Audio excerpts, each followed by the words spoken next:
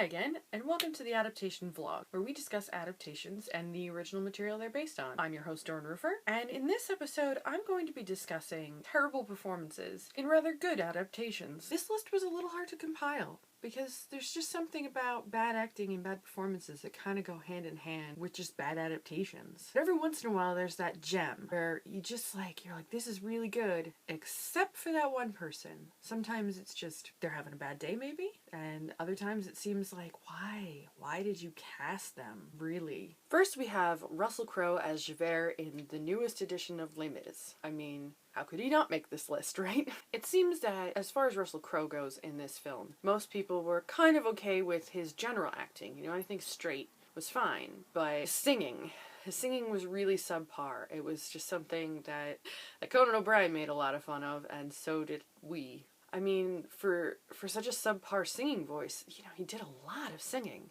if you can even call it that. Supposingly, we have somebody who was very good at singing, but less good with the straight. On our list, we have Paolo Montalban from the 1997 TV movie Cinderella, which starred Brandy. He played the prince. There was something so cloyingly musical about his voice that when he sang, it was great. But when he tried to speak normally, it just was kind of off-putting. We were also not so impressed with the actress who played Maria Lou in the Lizzie Bennet Diaries spin-off, which was called Maria of the Lou. All the surrounding characters from the original and even in this spin-off, they were just so, you know, natural and normal, and it just made her seem like a wooden cutout. She was just stiff and unnatural. And then there's Diane Hutton. She played Harriet in Emma Proof. And, you know, most of the time she was perfectly fine. I really liked her. She was a little kitschy, but, you know, pretty good. But then every once in a while, she just pushed it a little too far. She went a little too over the top. And while everybody else seemed natural and, you know, like humans should be, she just kind of stood out a little too much. A bit too much overacting. Sadly,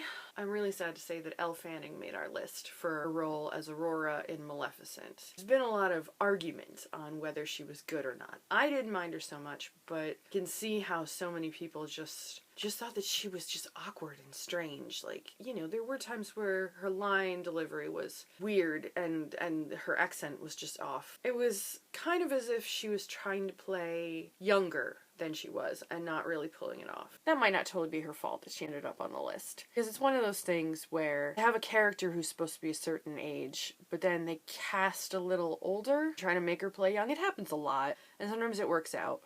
Sometimes, you know, you age the character, sort of, but you don't age their dialogue or their actions, and so they end up just looking annoying and stupid, which brings us to our next list maker, Ariana Richards. Name might not ring a bell, but she played Lex, the young girl in the original Jurassic Park. According to, like, the character itself, they kept her young, like she was in the book, but they cast a preteen actress, and so it ended up being that the general consensus was that we want to punch her every time she opens her mouth. Again, maybe it's not her fault, but, you know, sorry, Lex. Lastly, we have a bit of a funny one. It's Ewan McGregor's Frank Churchill wig in the 1996 Emma. Not Mr. McGregor himself. He was perfectly fine. But his wig. Because, honestly, that atrocity is a character of its own. Of course, then we were discussing maybe we should do a whole episode on just bad wigs. So, might have that to look forward to. Because Bran from Game of Thrones. OMG worst wig ever.